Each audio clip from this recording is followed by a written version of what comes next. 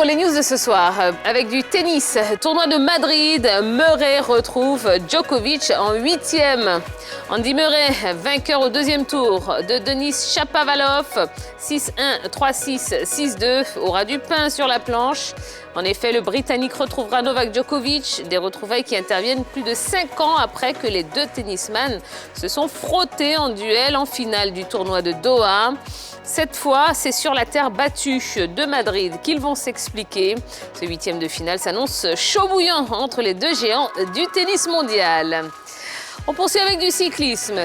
Cavendish de retour sur le Giro. 9 ans après sa dernière participation, Mark Cavendish figure dans l'équipe Quick Step pour le Tour d'Italie qui débute vendredi prochain.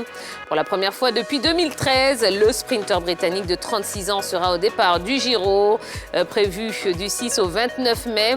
Vainqueur de 15 étapes sur cette course en 2008 et 2014, Cavendish compte 3 succès cette saison. Une étape autour des Émirats Arabes Unis et deux autres autour d'Oman et Milan. En golf, Jon Rahm retrouve la victoire à l'Open de Mexico. Il a fallu attendre 10 bons mois pour voir la victoire de Jon Rahm à une compétition de golf. Et c'est à Vallarta que l'Espagnol a survolé le tournoi de Mexico. Jon Rahm a assuré à la perfection sa place de numéro 2 mondial et son rang de tête de série numéro 1. Il a remporté la compétition sans trembler en moins 17. Un coup devant Tony Finau.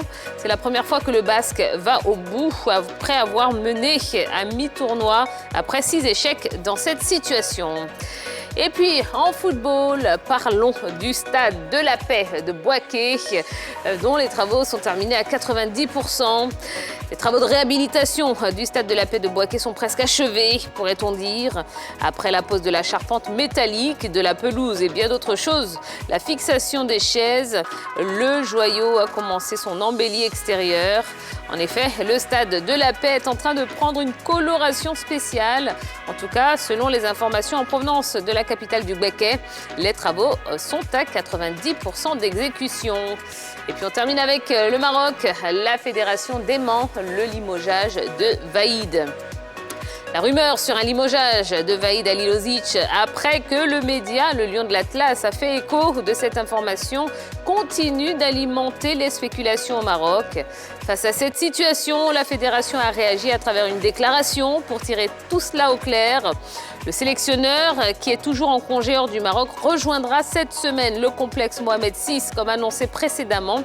Voilà qui devrait mettre fin aux supputations. Voilà ce qu'on pouvait vous dire concernant l'essentiel de l'actualité sportive du jour. Eh bien, nous allons pouvoir retrouver la team de ce soir. Suivez-moi.